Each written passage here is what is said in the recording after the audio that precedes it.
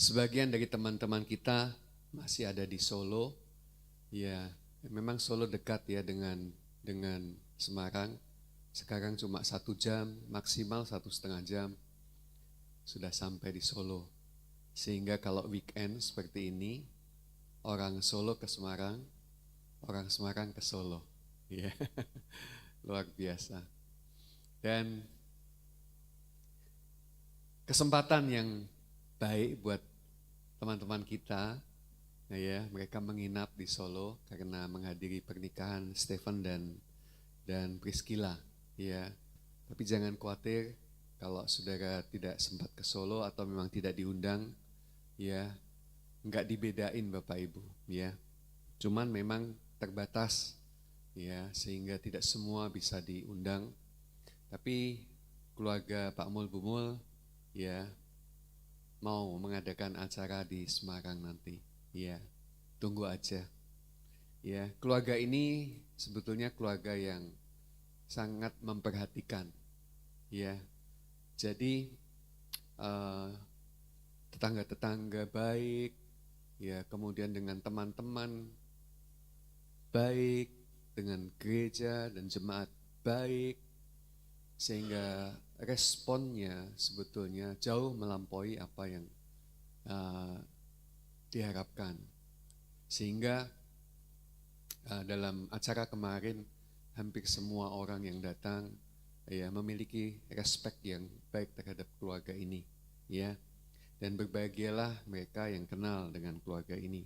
Tapi satu hal yang menjadikan mereka bisa seperti ini, ya, mereka mengatakan ini semua karena Yesus, ya, karena anugerah Tuhan yang mengalir melimpah di dalam keluarga ini. Haleluya. Judul khotbah pada hari ini, pagi ini, Roh Kudus penghibur diutus oleh Bapa. Kita katakan sama-sama Bapak Ibu Saudara sekalian, Roh Kudus penghibur diutus oleh Bapa. Ya. Ngomong-ngomong tentang Allah Tritunggal, ya, ada 3, ya, Bapa, ya, kalau dulu saya di sekolah di Katolik, ya, SD, Bapa, Putra, dan Roh Kudus, amin. Jadi eling. Nah, sebetulnya kalau kita ngomong kasih karunia, ya memang itu ngomong tentang Yesus. Tapi ingat bahwa Yesus tidak seorang diri, ya, dia ada Bapa, ada Roh Kudus. Nah, gereja harus memahami bahwa Tuhan kita itu esa. Dan Tuhan kita itu adalah Allah Tritunggal. Maksudnya gimana, Pak? Ya, 1, esa, tapi 3 pribadi. Memang susah membayangkan ya, bagaimana 3 pribadi disebut 1. Dan justru karena kalimat itu banyak orang tidak bisa membayangkan keberadaan Tuhan. Ya sebetulnya memang kalau nggak bisa membayangkan ya nggak usah dibayangkan, gitu kan. Sekarang suami istri, Tuhan bilang 2 menjadi 1. Maksudnya gimana tuh 2 menjadi 1? Kan abstrak banget, ya tetap 2 aja tuh. Tapi kalau Tuhan memberkati, kamu bukan lagi 2, tapi kamu sudah menjadi 1. Nah sekarang kalau 2 menjadi 1 nggak ngerti, ya apalagi 3 dalam 1 pribadi. Tapi itu kan memang eksistensi Tuhan, eksistensi Allah kita. Nah kalau kita nggak ngerti sekarang ya sudahlah terima saja gitu kan. Nanti kalau kamu di surga nanti kamu akan melihat Bapa, Anak, dan Roh Kudus. Tetapi manifestasi pekerjaannya jelas kok. Nah ini satu-satunya ayat yang menyebutkan Allah Tritunggal. Kita akan baca sama-sama. 1, 2, 3. Karena itu pergilah, jadikanlah semua bangsa muridku dan baptislah mereka dalam nama Bapa, Anak, dan Roh Kudus. Ya, Bapa bukan anak, Bapa bukan Roh Kudus. Sebaliknya juga demikian. Anak bukan Roh Kudus bukan anak. Tapi 3-tiganya adalah Allah, Tuhan. Ya, 3, tapi 1. Ya dia Allah yang esa dan kita percaya akan pekerjaannya. Ya. Jemaat ketiganya yang esa. ekspresinya bisa kita lihat dengan cukup jelas bahwa Bapa menyatakan pekerjaannya dalam perjanjian lama. BC itu saya tulis sebagai before Christ, sebelum Yesus lahir. Tetapi jangan lupa, meskipun pekerjaan Bapa dinyatakan dalam perjanjian lama, Kristus dan Roh Kudus disebut berulang-ulang tapi dalam support yang tidak menonjol atau tidak nampak. Ya. Jadi tetap tiga pribadi itu bekerja bersama-sama. Ya. Nah, ketika inkarnasi Yesus dilahirkan menjadi manusia, disitulah pekerjaan Yesus menjadi nyata. Ya, nampak di bumi ini. Dari masa kelahirannya sampai dia naik ke surga. Ya. Fisiknya bisa kelihatan. Ya, murid-murid mengenalinya. Orang-orang yang mengikuti dia mengalami jamahannya, dipulihkan, disembuhkan, dipulihkan ketika mereka dirasuk oleh si jahat. Saudara-saudara, Tuhan berkata, akulah jalan kebenaran dan kehidupan. Tidak seorang pun sampai kepada Bapa kecuali melalui aku. Dan perkataan Yesus itu menunjukkan bahwa dia satu-satunya jalan, satu-satunya juru selamat. Ya. Tetapi setelah Yesus naik ke surga, sebelum naik ke surga, dia berjanji kepada murid-muridnya, ya, tunggulah beberapa hari di Yerusalem, ya, untuk menantikan janji Bapa, ya. Jadi Roh Kudus sudah dinyatakan di loteng Yerusalem, ya, dan inilah yang disebut dengan masa gereja. Gereja dimulai kapan Bapak Ibu? Setelah Roh Kudus turun. Dan ketika Roh Kudus turun, kita tahu Petrus begitu berkobar-kobar. Dulunya penakut, dulunya suka ragu-ragu, dulunya bimbang. Tapi begitu dia penuhi Roh Kudus, bahkan mati pun dia tidak ragu-ragu. Ya, Petrus mati dengan kepala di bawah tersalib. Dia berkata, aku mati dengan cara seperti Tuhan, aku enggak layak. Keberanian yang seperti apa yang bisa dimiliki seorang rasul bernama Petrus yang dulunya penakut? Kalau bukan karena pekerjaan Roh Kudus. Ya. Dan sampai hari ini, masa gereja, Roh Kudus nyata buat setiap kita. Dan ketika tema ini diberikan kepada saya, maka saya punya kesempatan untuk menyampaikan kepada jemaat bahwa meskipun kita tahu bahwa juru selamat kita Yesus Kristus, tetapi hari ini kita tahu bahwa Yesus Kristus yang menyertai kita adalah Roh Kudus pribadi yang ketiga yang diutus oleh Bapa untuk mendampingi kita. Sedemikian sehingga kita bisa sampai kepada finish nanti dan dia adalah jaminan. Sekali lagi, bahwa Roh Kudus adalah jaminan bahwa engkau beroleh hidup kekal dan itu adalah kepastian. Ya, bahkan Paulus berkata bahwa ini semacam panjar. Tahu istilahnya panjar? First cost. Ya, DP, down payment. Oke, kamu menerima kerajaan Allah. Kamu pasti masuk kerajaan Allah. Tapi banyak orang ragu-ragu. Ya, bagaimana saya bisa masuk kerajaan Allah? Apa jaminannya bahwa saya masuk kerajaan Allah? Ya kalau iya, kalau enggak. Dan banyak orang meragukannya. Tetapi Tuhan tahu sifat peragu daripada semua orang, bukan hanya Petrus saja. Ya, bukan hanya Thomas saja yang peragu. Kita juga, apa jaminannya bahwa saya pasti masuk ke dalam kerajaan Allah, masuk dalam kerajaan surga. Saya pasti masuk dalam kehidupan kekal bersama dengan Dia. Dan Tuhan ngomong, aku memberikan Roh Kudus kepada kamu sebagai jaminan. Nah, jaminan itu ya adalah first cost. Uang panjar kalau itu Pak, uang. Atau down payment. Ya. Jadi kalau kamu ragu-ragu, lihat Roh Kudus sudah kuberikan kepadamu dan itu adalah jaminan untuk kamu masuk ke dalam kerajaan Allah. Dan saya berkata kepada saudara hari ini, jangan takut, jangan khawatir lagi. Sebab DP-nya, uang panjarnya, ya, kalau itu disebut sebagai uang atau jaminannya sudah diberikan kepada kita. Haleluya. Terima kasih Tuhan. Dan itu setiap saya memiliki kesempatan untuk menyatakan dalam kematiankah, dalam keraguan orang terhadap kehidupan yang akan datang, saya berkata kamu pasti diselamatkan. Amin. Ya. Loh, bisa ngomong seperti itu, statement awalnya apa Pak? Awalnya, kamu di dalam Kristus, kamu ciptaan baru, kamu sudah ditebus, hidupmu bukan kamu lagi, Kristus hidup di dalam kamu. Kamu bukan menjadi milik dirimu, tapi milik Tuhan. Hidupmu adalah Yesus di dalam kamu. Ya, Roh Kudus. Jaminan buat kita sekalian. Ya, makanya saya berkata, engkau pasti diselamatkan. Amin. Boleh angkat tangan yang menerima perkataan ini? Yes, amin. Tuhan memberkati ya. Jangan pernah digoyahkan, meskipun ada orang berkata, tergantung. Loh kok tergantung? Memangnya salib kekurangan kuasa untuk menyelamatkan. Lah kalau salib tidak cukup, masih plus perbuatan baik, masih plus usaha manusia, plus performanmu.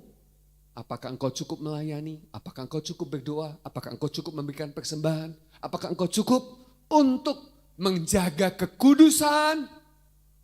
Saya berkata, semuanya tidak cukup. Tapi darah Yesus, nyawa Yesus, kayu salib cukup untuk kita semua. Amin. Yes. Jangan pernah meragukan karya salib. Jangan pernah meragukan pengorbanan Yesus. Pak, itu ada perumpamaan. Kalau ada 2 orang di ladang, ya, 1 ditinggalkan, 1 diangkat. Jangan-jangan nanti saya yang ketinggalan. Saudara-saudara, baik tidak baik waktunya, siap atau tidak siap engkau bersama dengan dia. Bukan karena komitmenmu, tapi karena komitmen dia untuk tetap bersamamu sampai selama-lamanya.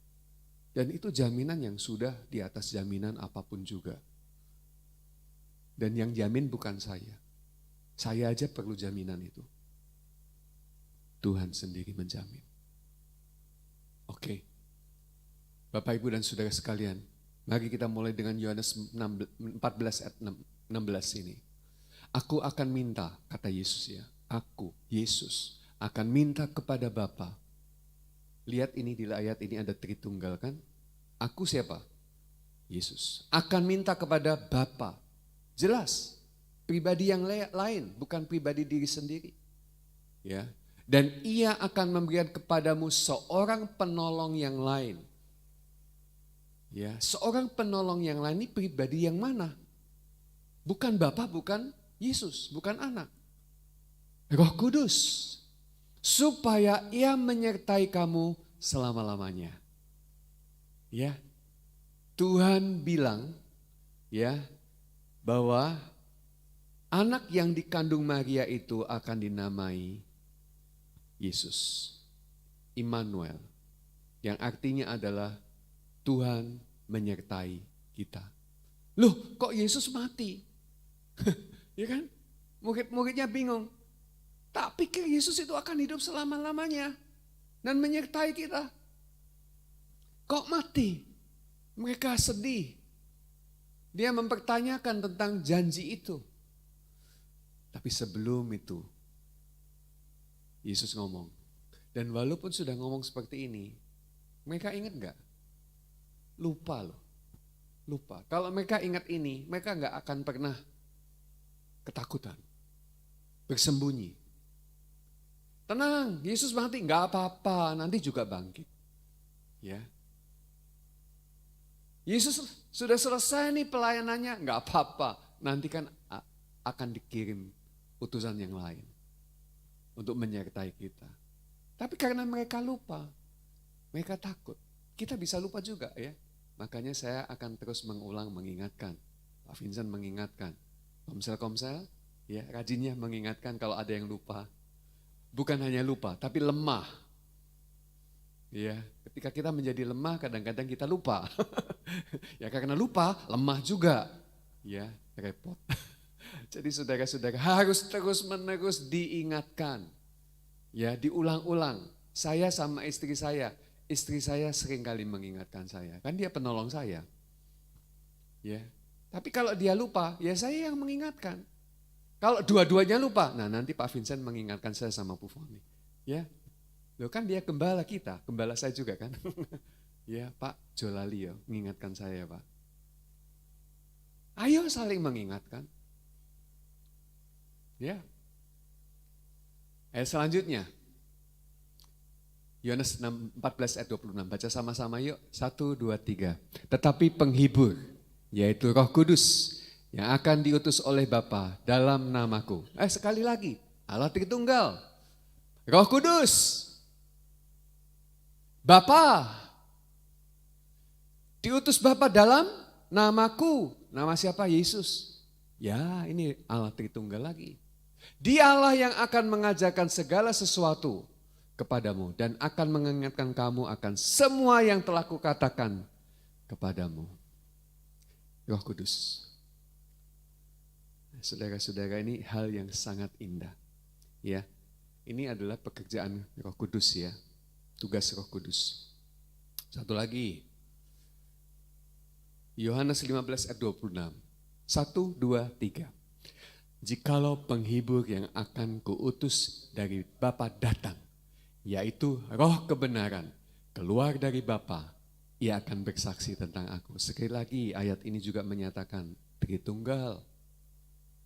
Ya, ada Roh Kudus, penghibur, Roh kebenaran, ada Bapa, ada aku tentang Yesus. Ya. Yohanes 16 ayat yang ke-7. 1, 2, 3. Namun benar yang kukatakan ini kepadamu adalah lebih berguna bagi kamu jika aku pergi. Sebab jikalau aku tidak pergi, penghibur itu tidak akan datang kepadamu. Tetapi jikalau aku pergi, aku akan mengutus dia kepadamu. Wow, saudara-saudara, semua yang disebut Roh Kudus dalam bahasa Inggris diterjemahkan comforter. Ya, comforter adalah yang menghibur, ya, penghibur. Oke, dalam bahasa Yunaninya parakletos, ya. Sama-sama bilang parakletos. Sekali lagi, parakletos. Parakletos itu artinya yang ada di samping. Ya, yang ada di samping. Siapa yang ada di sampingmu? Saudara, iya. Di sampingmu, tapi bukan berarti berjajar dengan kamu, ya. Tetapi ada diam di dalam kamu. Dia yang menyertai kamu sampai selama-lamanya, ya.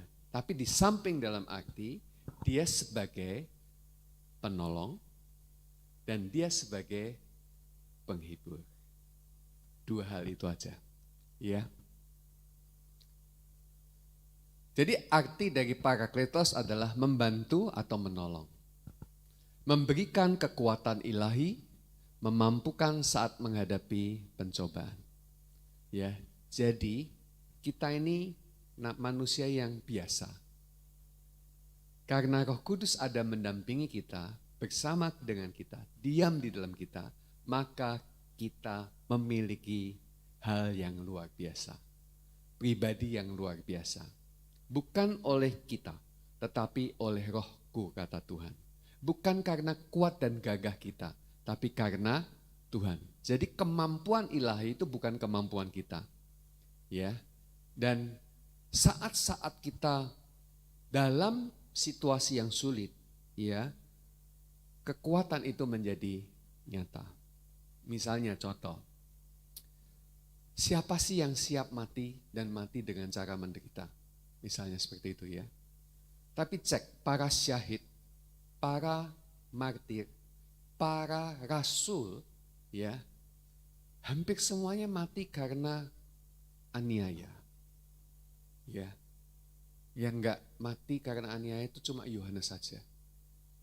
Tapi tidak satu pun dari mereka yang gentar menghadapi kematian. Ya. Pertanyaan saya begini, kok bisa mereka punya kekuatan seperti itu? Ya, kita kadang sakit flu dikit aja ya, sudah ngeluh gak karu-karuan. Kita kepala pusing aja sudah ngeluh gak karu-karuan. Gigi kita infeksi, bengkak, sudah ngeluh gak karu-karuan. Ya, bingung bagaimana ini.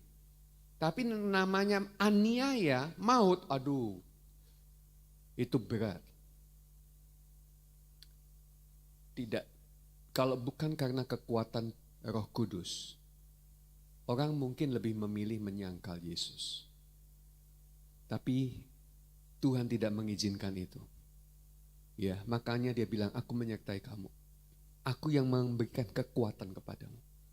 Aku yang membuat kamu menjalani sebuah kematian itu, ya, melewati kematian itu secara tubuh dengan kekuatan yang lain. Saudara pernah nonton film Quo Vadis itu? Ya, yang pernah nonton, angkat tangan. Saya tuh lihat, ya sudah lama sih, waktu saya masih muda. Ya, itu film tentang Kaisar Nero yang menganiaya, membakar kota Roma, tapi sebelum membakar kota Roma itu menganiaya orang-orang Kristen. Ya. Nah, jadi orang-orang Kristen itu disuruh menyangkal iman, tapi mereka enggak mau, dan mereka dijadikan makanan kepada hewan-hewan buas. Dan kadang-kadang ya dipertontonkan di khalayak. Nah, itu sangat mengerikan. Mereka berpikir, ya Kaisar Nero berpikir bahwa dengan cara demikian maka kekristenan bisa dihentikan. Ya. Nah, satu hari ya di stadium dikumpulkan orang-orang untuk dibunuh dengan cara diberikan tubuhnya hidup-hidup kepada binatang buas.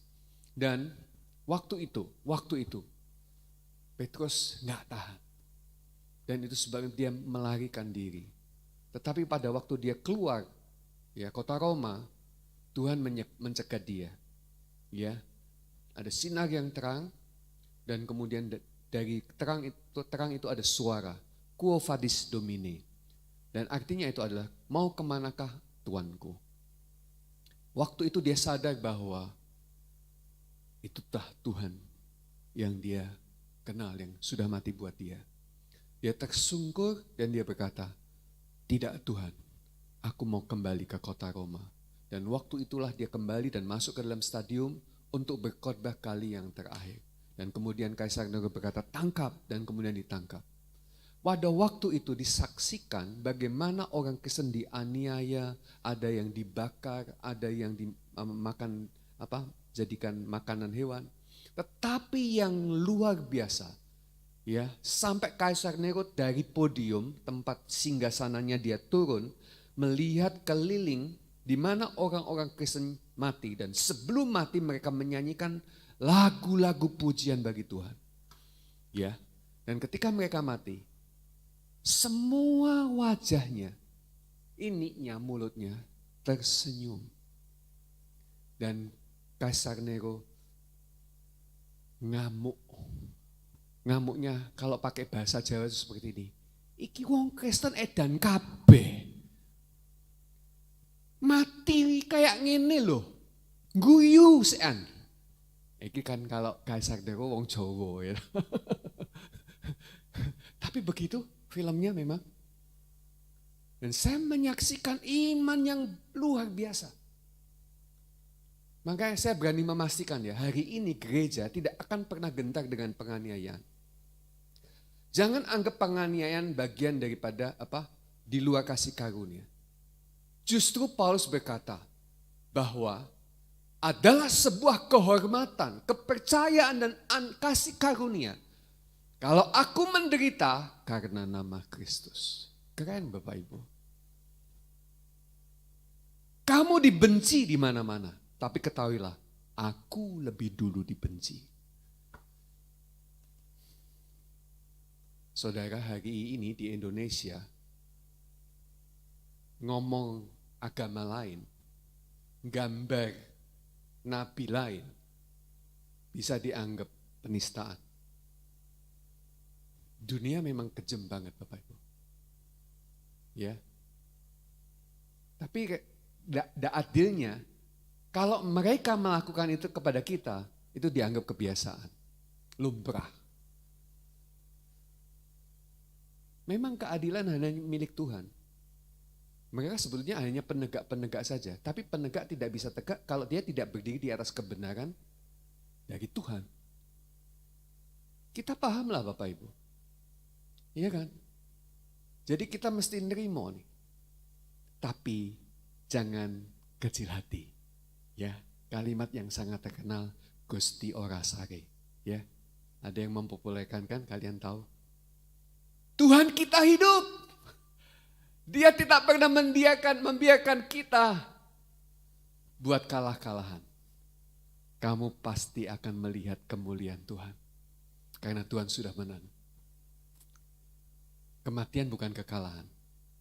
Kematian adalah awal kemenangan dan Yesus sudah menjalaninya. Jadi itu sebabnya hari ini orang percaya tidak takut dengan ancaman, ya, kesukaran, aniaya. Dan saya tahu itu adalah buah dari pekerjaan Roh Kudus yang hari ini masih nyata. Cek tuh, lihat di YouTube, kesaksian-kesaksian orang yang mengalami aniaya. Puji Tuhan kalau kita tidak. Belum. Ya, memang tidak perlu berharap, saudara-saudara. Ya. Gereja juga nggak perlu menakut-nakuti. Cuma gereja saya mesti menguatkan. Karena Tuhan kan maunya, Roh Kudus maunya kita kuatkan. Kamu tidak sendirian. Roh Kudus bersama dengan kamu. Dia mensuplai, membantu, menguatkan, dan menolong kamu. Bahkan ketika pencobaan itu datang, supaya engkau tidak jatuh ke dalamnya. Pencobaan-pencobaan yang kamu alami adalah pencobaan-pencobaan biasa yang tidak melebihi kekuatan manusia. Bilang amin. Sebab Allah setia. Karena itu ia tidak akan membiarkan kamu dicobai melampaui kekuatanmu. Super tanding Tuhan, perlindungan Tuhan, Roh Kudus itu menjaga kamu. Jadi enggak mungkin kamu dibiarkan jatuh karena pencobaan. Pencobaan bukan dari Tuhan ya. Pencobaan datang dari dunia. Pencobaan datang dari si jahat. Ya, amin ya. Pada waktu kamu dicobai, ia akan memberikan kepadamu jalan keluar. Sehingga kamu dapat menanggungnya. Roh Kudus bekerja buat kita, membantu, menolong. Amin, Bapak Ibu Saudara sekalian. Roma 8 ayat yang ke-26. Ya, saya nggak sempat karena saya baru mencatatnya pagi ini. Di belakang tadi, ya, lagi puji-pujian. Tiba-tiba Roh Kudus lagi nih, ngingetin, ting gitu. Ya, satu ayat yang saya nggak sempat ngomong sama Ayu untuk ditayangkan. Ya, kalau saudara boleh mau buka ya silakan, nggak buka saya buka dan saya bacakan. Roma 8 ayat 26. Bentar. Roma 8 ayat 26. Demikian juga Roh Tuhan, Roh Kudus membantu kita dalam kelemahan kita. Ya, Bapak Ibu Saudara sekalian, sebab kita tidak tahu bagaimana sebenarnya harus berdoa. Kalau orang lemah loh ya, berdoa aja nggak bisa. Kacau pikirannya, gelisah kemerungsung hatinya, gundah gulana, makan nggak enak, tidur tak nyenyak. Ya, suruh berdoa, gak bisa konsentrasi, ngomong apa nggak bisa. Selanjutnya, tetapi Roh sendiri berdoa untuk kita kepada Allah dengan keluhan-keluhan yang tak terucapkan. Saat kamu tidak bisa berdoa, Berdoa aja nggak bisa. Ya, jangan dihukum, jangan dihakimi. Teman-teman, saudara-saudara, kita punya penolong yang lain. Siapa dia? Roh Kudus. Ya, dia akan berdoa kepada Allah, kepada Bapa dengan keluhan-keluhan yang tak terucapkan. Makanya ketika Hana mandul diolok-olok, dia pergi ke bait Allah siang hari. Dan mulutnya komat kamit. Orang yang lihat ngomong gini, tuh Hana kayak orang mabuk siang hari. Ngomong apa itu komat kamit? Saya baru ngerti. Hatinya sangat tertekan. Pikirannya kacau. Dia bingung, setengah mati, setengah hidup. Ya, nggak karuan dia datang kepada Tuhan, nggak bisa ngomong. Ngomongnya cuma bergetar bibirnya.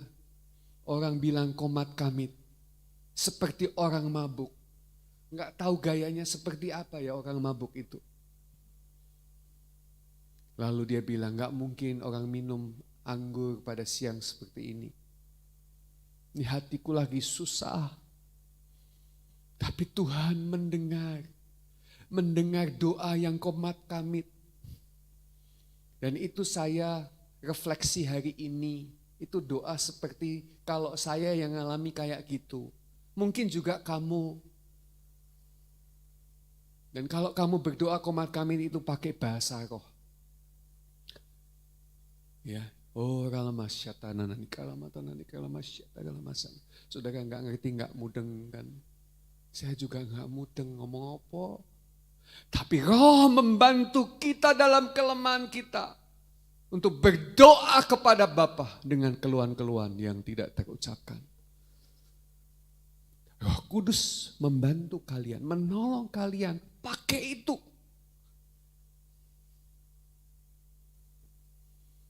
Nggak perlu mendengar doa indah. Tidak perlu doa lengkap. Karena Tuhan Bapak kita tahu. Amin. Kalau kamu punya anak baby, belum bisa ngomong. Kalau toh bisa ngomong, apa. Ya. Kamu kan nggak ngomong gini toh, ngomong sing genah kowe. Enggak, kita paham. Ya, kalau dia nangis itu bahasa komunikasi. Oh, pipis ya. Ini tak ganti. Cuma nangis saja. Nangis dilihatin enggak apa-apa. Oh, lapar ya, mau mimi cucu. Sudah, ngertilah. Orang tuanya ngerti. Tuhan enggak nuntut kita sempurna doanya. Enggak bisa doa, Roh Kudus membantu kita untuk berdoa. Puji Tuhan, hari ini engkau ada di sini. Karena Dia. Ya. Untuk teman-teman yang suka lupa ke gereja. Ya, suka lupa ke ibadah hari Minggu. Roh Kudus mengingatkan lewat saya. Kalau kamu mendengar lewat YouTube, puji Tuhan. Ya, kalau kamu nggak mendengar saya ngomong hari ini juga Roh Kudus akan ngomong sendiri. Haleluya. Ayo ke gereja. Aku Parakletos menyertaimu, mendampingimu. Jangan biarkan dia didiamkan oleh karena engkau tidak mendengarkan dia. Kenapa banyak orang gak peka sama Roh Kudus? Karena gak suka denger dia sih. Ya, dia ngomong dimatiin suaranya. Dia ngomong dikecilin, matiin. Lama-lama gak ngomong. Enggak. Roh Kudus setia Bapak Ibu Saudara sekalian ya. Percayalah. Oke, pada waktu kamu dicobai, Ia akan memberikan kepadamu jalan keluar. Pasti Bapak Ibu, ada yang hari-hari ini mengalami pencobaan. Kamu pasti dapat menanggungnya. Katakan sama-sama, sesuai dengan kebenaran firman, saya pasti dapat menanggungnya. 1, 2, 3. Saya pasti dapat menanggungnya. Bukan oleh kuat dan gagah saya, tapi oleh Roh, kata Tuhan. Dan saya percaya. Oke. Yang kedua artinya menghibur. Jelas karena dia penghibur. Ya. Yohanes 16 ayat yang ke-8.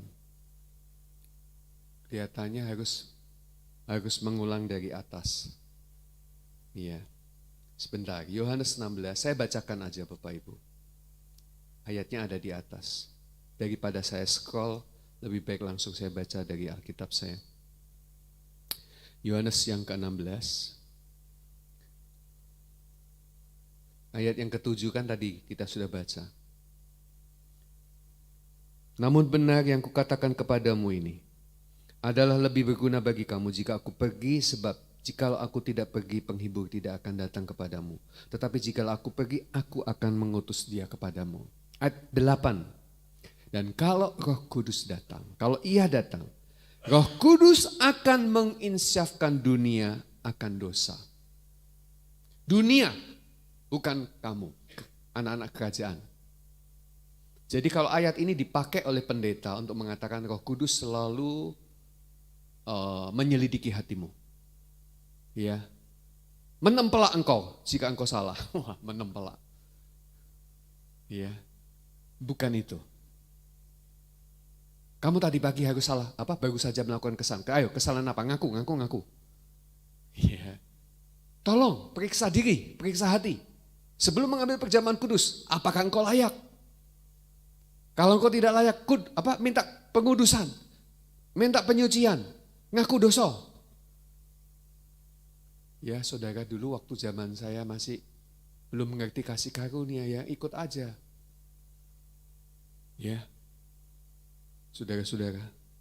Tapi yang dimaksudkan di sini menginsyafkan akan dosa akan dunia itu adalah mereka yang belum bertobat, yang belum percaya Yesus. Roh Kuduslah yang mengingatkan mereka dan menginsafkan mereka dan yang membuat mereka bisa bertobat dan percaya kepada Yesus. Tapi setelah itu engkau adalah anak-anaknya. Roh Kudus sudah ada di dalam kamu. Amin. Ayatnya berkata selanjutnya, Dia akan mengingatkan kamu kepada kebenaran dan akan penghakiman yang akan datang. Kebenaran. Jadi Roh Kudus itu mengingatkan kita akan kebenaran. Satu ayat lagi, Yohanes 14 ayat yang ke-26. Ini sudah baca di atas tadi. Tak ulangi lagi supaya Bapak Ibu paham. Ingat betul-betul. Tetapi penghibur yaitu Roh Kudus yang akan diutus oleh Bapa dalam namaku. Dialah yang mengajarkan segala sesuatu kepadamu dan akan. Ini fungsi comforter, penghibur. Mengingatkan kamu akan semua yang telah kukatakan kepadamu. Apa yang telah kukatakan, apa yang Yesus katakan kepada kamu. Lagi susah nih. Tuhan datang. Tenang. Ya, lewat Roh Kudus. Tuhan datang. Tenang. Terus dilus-lus gitu ya. Kita enggak rasa sih. Cuma rasanya kok maknya si hati ya. Ketika dia ngomong, tenang. Siapa yang mampu mendengar itu? Dia berbisik dalam hati nurani kita. Tenang. Ketika saya takut,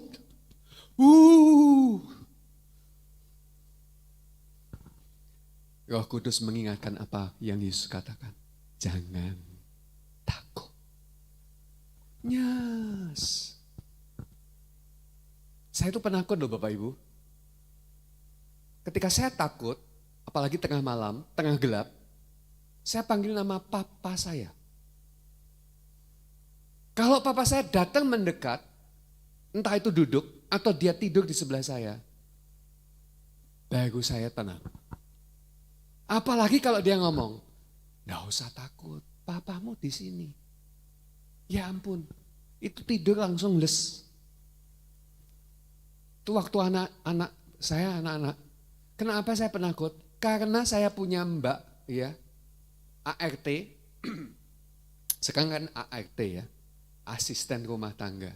Mbak, itu kalau sambil gosok, saya dengar ceritanya, di desanya itu seringkali ada genderuwo, ya, sundel bolong, ya, ceritanya kayak ngono. Lah anak kecil diceritanya kayak ngono.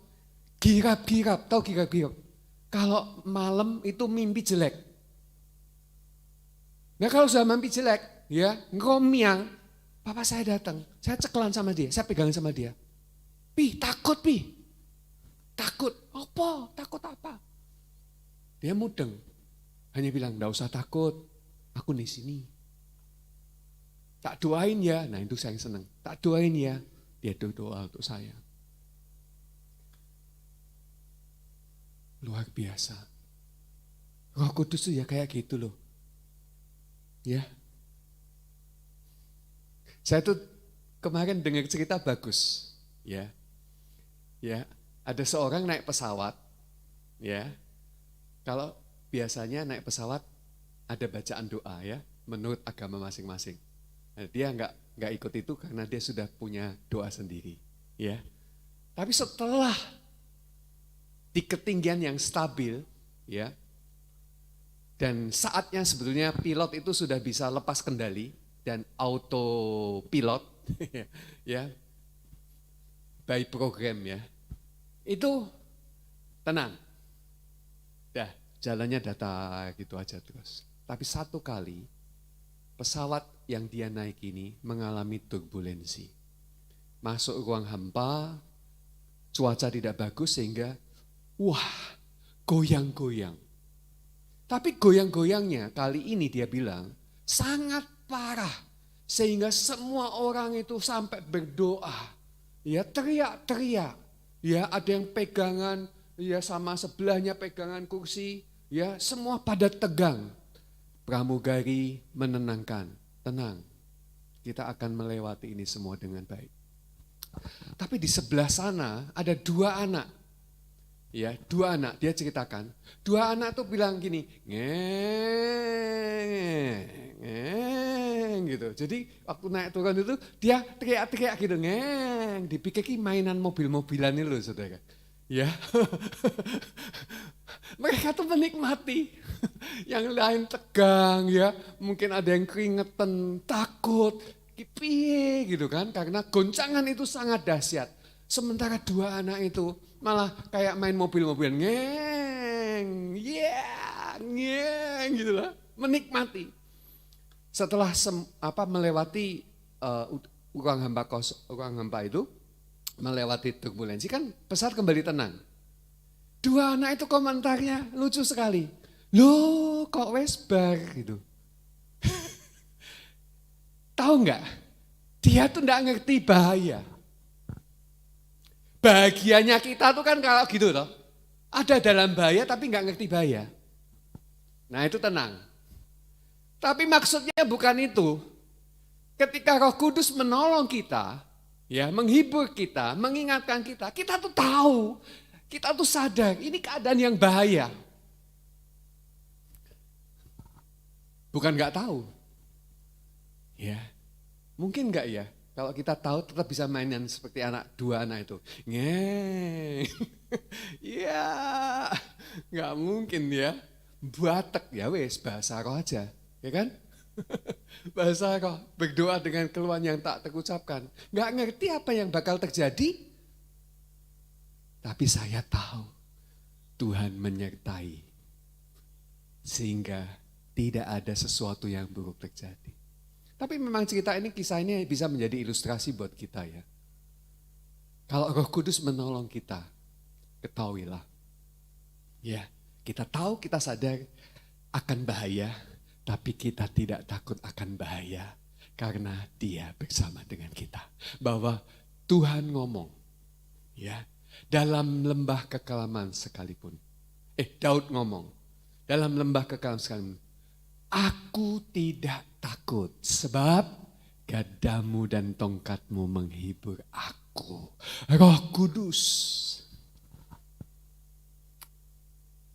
Luar biasa. Diberkatilah engkau jemaat. Ya, karena engkau tahu, engkau memiliki seorang penghibur yang terus-menerus mengingatkan akan engkau.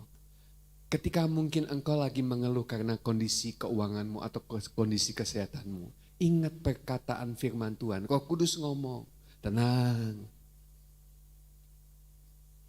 Oleh bilur Yesus, kamu disembuhkan. Tenang. Aku yang mensuplai. Aku yang memberkati. Coba tengok ke atas. Ya, apa? Apa ya? Berkat ada di atas kepala orang benar. Engkau orang benar. Ya, gelisah, takut, cemas. Mazmur 1 ayat yang ke-6 muncul. Roh Kudus mengingatkan kita. Kebajikan dan kemurahan belaka yang mengikuti aku seumur hidupku. Tenang. Dan kamu oleh kekuatan Roh Kudus berkata, amin. Aku percaya. Dan kamu kuat kembali. Amin, saudaraku.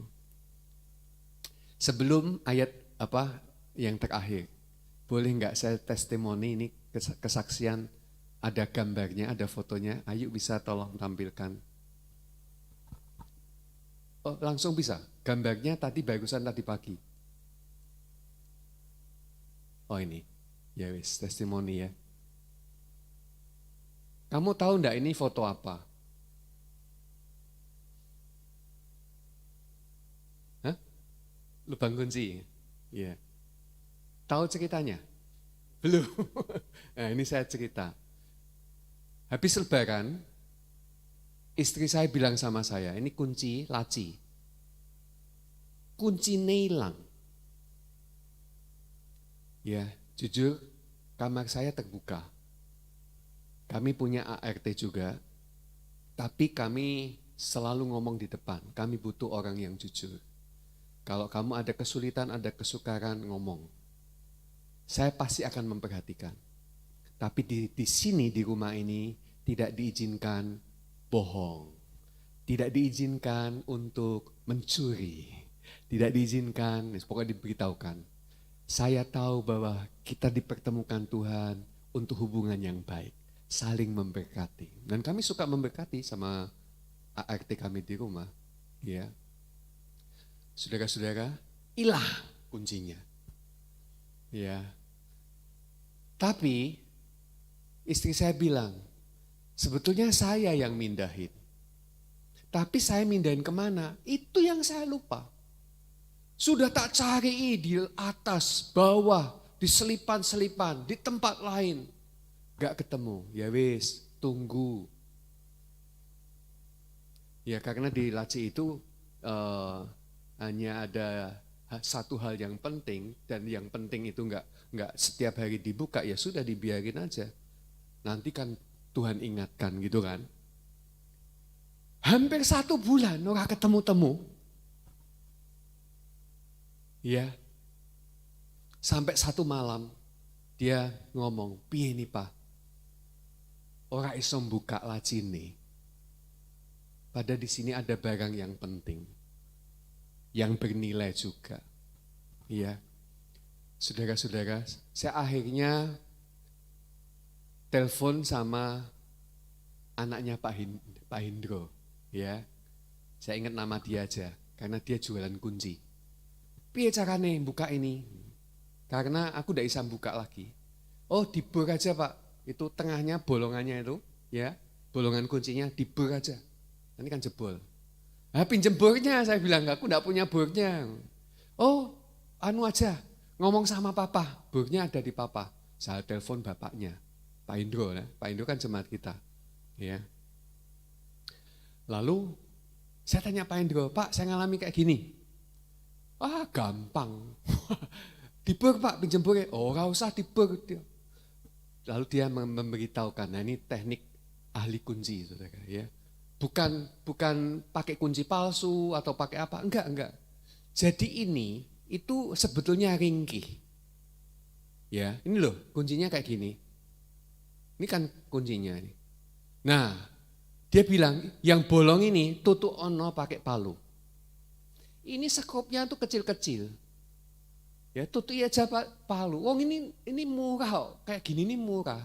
Nek kamu manggil tukang kunci ya gak nyucuk. Saya mau manggil tukang kunci ya gak nyaman. Masuk kamar saya, buka laci saya, ya.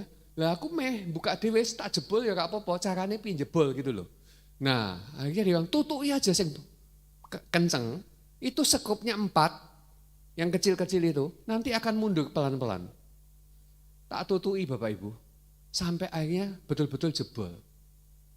Itu atas nasihat ahli kunci. Iya.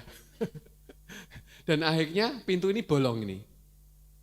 Apanya ini? Lubang kuncinya karena terlepas. Dan setelah dibuka, istri saya bilang, loh kok hilang ora ono barange ngono. Lah terus pikirannya jadi kemana-mana Bapak Ibu. Karena itu berharga. Ya. Aku bilang, dieling-eling. Ya. Karena pernah ngalami Bapak Ibu, istri saya lupa sampai panggil Pak Satpam untuk menginterogasi ART saya yang baru. Ternyata ART saya enggak ngambil loh Bapak Ibu. Sampai istri saya memeluk dia, minta maaf, dan akhirnya dikasih duit hanya untuk rasa bersalah. Sampai panggil orang luar. Jangan sampai itu kejadian lagi, enggak baik. Tenang aja, biar aja gini, enggak ada ya. Nanti kan Tuhan tunjukkan. Ya. Terus dia eling, iya biasanya nek begitu tak pindah. Ya, supaya orang enggak memikir di tempat ini ada barang yang berharga. Saudara-saudara, ya dicari. Ya, baru setelah selesai dibolongi gini, barangnya enggak ada, tiba-tiba baru ingat. Ya, cari di kamar lain, di lemari lain, ya, di luar kamarnya sendiri, ketemu. Kuncinya ini ketemu di dalam boxnya itu. Ya ampun, kadang-kadang cara pekerjaan Tuhan mengingatkan kita tuh melewati hal-hal yang lucu ya. Dalam hati saya gini, Tuhan itu juga seneng guyonan. Ya kan? Lah mbok eling ndek mau sadurunge tak dedel kayak gini to ya. Ya toh, kayak didedel mikir ketemu ya, kan guyonan. Tapi yang saya tuh merasa bersyukur tuh gini, hatiku sukacita aja tuh hari itu. Dan sampai hari ini ya tetap bolong kayak gini nih. Saudara-saudara, dan saya sukacita aja. Hidup tuh kadang-kadang ini memang kayak gitu Bapak Ibu. Dan gak usah susah, enjoy aja. Ya, Roh Kudus mengerjakan pekerjaan-pekerjaan yang indah di dalam kehidupan kita. Amin. Bahkan termasuk hal yang kecil sekalipun. Ya. Terakhir, ini ayat yang kita mau baca. Aku akan minta kepada Bapa, ia akan memberikan kepadamu seorang penolong yang lain supaya ia menyertai kamu selama-lamanya. Dan ini yang kita mau baca sama-sama, ayat 17. Kita bangkit berdiri bersama-sama, tim musik bisa maju ke depan.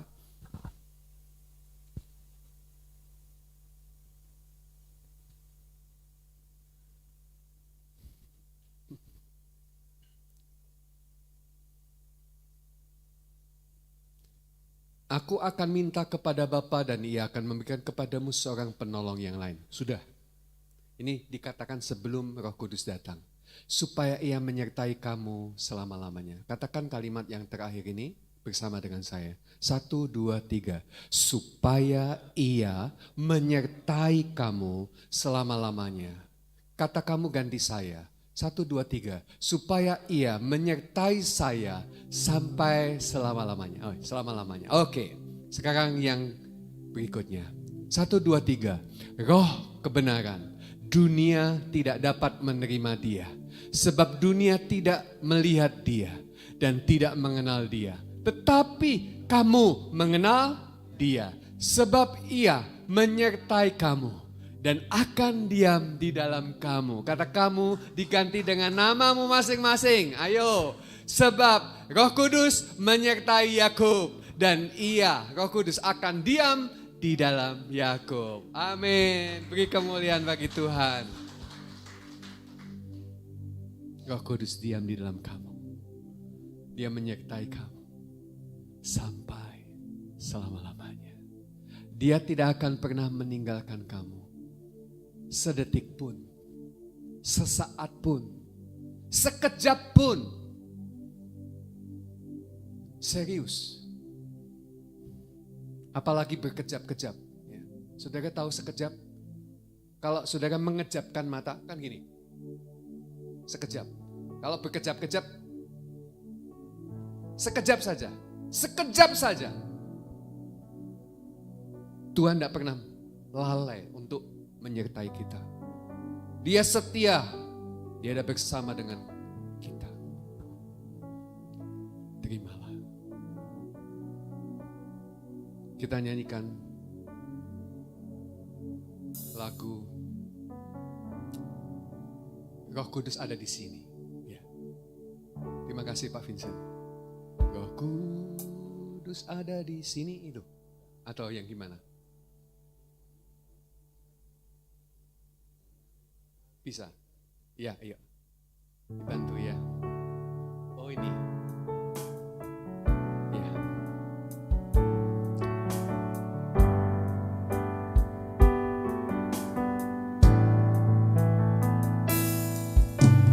Roh Kudus hadir di sini. Mengalir di bait suci. Ajaib pun terjadi, kuasa mujizat nyata, karena Roh Allah sedang bekerja. Roh Kudus hadir di sini, mengalir di bait suci, perkara ajaib terjadi, kuasa mujizat nyata, karena Roh Allah sedang bekerja. Tiada yang mustahil dan tiada yang sukar, karena Roh Allah turut bekerja. Tiada yang bagi orang percaya, karena Roh Allah turut bekerja di antara kita.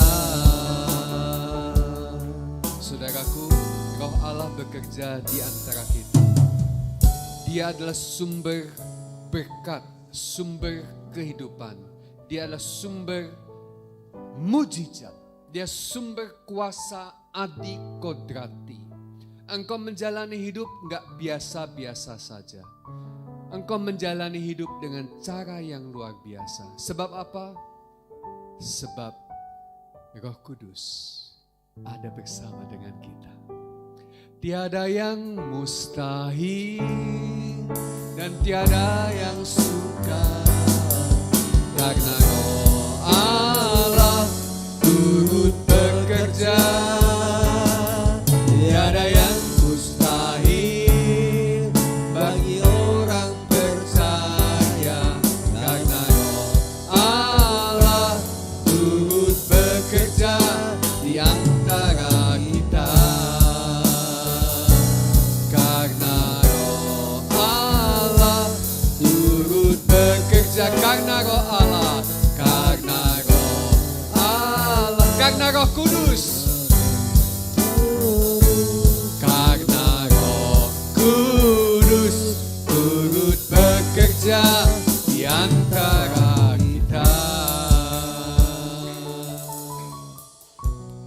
Terima kasih Tuhan, berkat-Mu mengalir atas setiap kami menurut ukuran kekuatan kuasa kasih karunia Roh Kudus.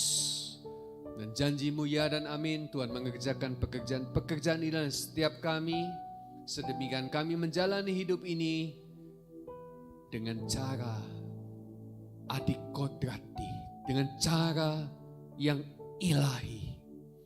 Kami terbatas, Engkau tidak terbatas. Kami lemah, Engkau berkuasa. Di dalam Engkau, kami melihat kekuatan hidup kami. Terima kasih Tuhan. Saya menyerahkan kepada Pak Vincent untuk doa berkat. Supaya semua jemaat yang di tempat ini bisa menjalani kehidupan bersama dengan Tuhan senantiasa. Mari Bapak Ibu Saudara, kita angkat tangan kita masing-masing, arahkan wajah kita memandang kepada Tuhan yang mengasihi kita, yang sangat menyayangi kita. Dia yang tidak pernah meninggalkan kita sedetik pun. Bahkan ketika Yesus harus naik ke surga, Bapa telah mempersiapkan seorang penolong, seorang penghibur, Parakletos. Dia adalah Roh Kudus yang berjalan menyertai kita di samping kita. Lihatlah kepada Tuhan yang sangat menyayangi kita. Dan terimalah berkat Tuhan hari ini. Tuhan memberkati kita, Tuhan melindungi kita. Berkat Mazmur 91 menjadi bagian kita sepanjang umur hidup kita. Tidak ada satupun sakit penyakit yang menular, yang mematikan, bahkan maut sekalipun yang bisa menyentuh dan mendekati kita bersama keluarga kita. Sebab kita adalah orang-orang yang telah ditempatkan di tempat perlindungan yang maha tinggi. Tuhan menghadapkan wajahnya kepada kita, Dia menyinari kita dengan wajahnya dan memberikan kasih karunia-Nya kepada kita. Kita terus naik menjadi kepala, apa saja yang kita kerjakan dibuat berhasil. Tuhan menghadapkan wajahnya kepada kita senantiasa dan memberikan damai sejahtera-Nya yang melampaui segala akal dan pikiran, memelihara hati jiwa kita, sehingga kita boleh menikmati menjalani kehidupan kita bersama dengan Roh Kudus di bumi ini seperti di surga. Dan Roh-Nya yang kudus menyertai kita, menolong dan menghibur kita sekarang sampai Maranatha. Tuhan Yesus datang pada kali yang kedua menjemput kita semua bersama-sama di atas awan-awan yang permai. Di dalam berkat nama Tuhan Yesus Kristus, kita semua yang diberkati Tuhan, kita katakan bersama-sama, amin, amin, amin. Selamat hari Minggu, Tuhan memberkati kita, Bapak Ibu Saudara. Kalau tidak ada perubahan jadwal dari keluarga Bapak Ibu Mul, Yanto, orang tua dari Saudara Stephen, kemungkinan minggu depan usai dari ibadah ini kita akan dijamu bersama-sama di Resto Kampung Laut, Bapak Ibu Saudara. Jadi ya, kalau nanti kita akan umumkan kalau ada perubahan, kalau tidak ada rencana minggu depan usai ibadah semua jemaat akan diundang ke Kampung Laut. Tuhan memberkati kita semua, sampai jumpa di ibadah minggu mendatang. Selamat hari Pentakosta, Roh Kudus menyertai.